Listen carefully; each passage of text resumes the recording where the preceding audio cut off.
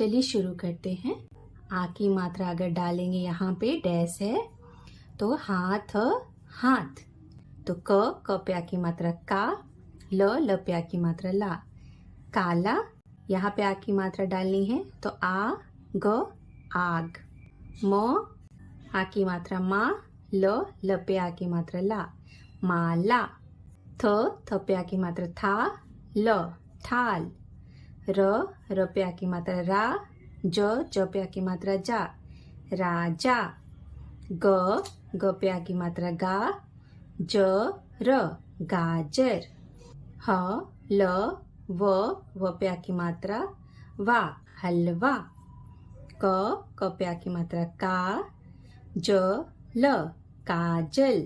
ब पे आ की मात्रा बा, द ल बादल। च पे आ की मात्रा चा, व ल चावल। ग म ल गमल हुआ, अगर यहाँ आ की मात्रा डाल देंगे तो ग म ला गमला। ट म पे आ की मात्रा मा, टर टमाटर।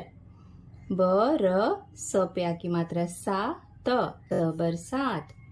क ल पे आ की मात्रा ला, क आ की मात्रा का, र कला कार। ब पे आ की मात्रा बा, ल क बालक।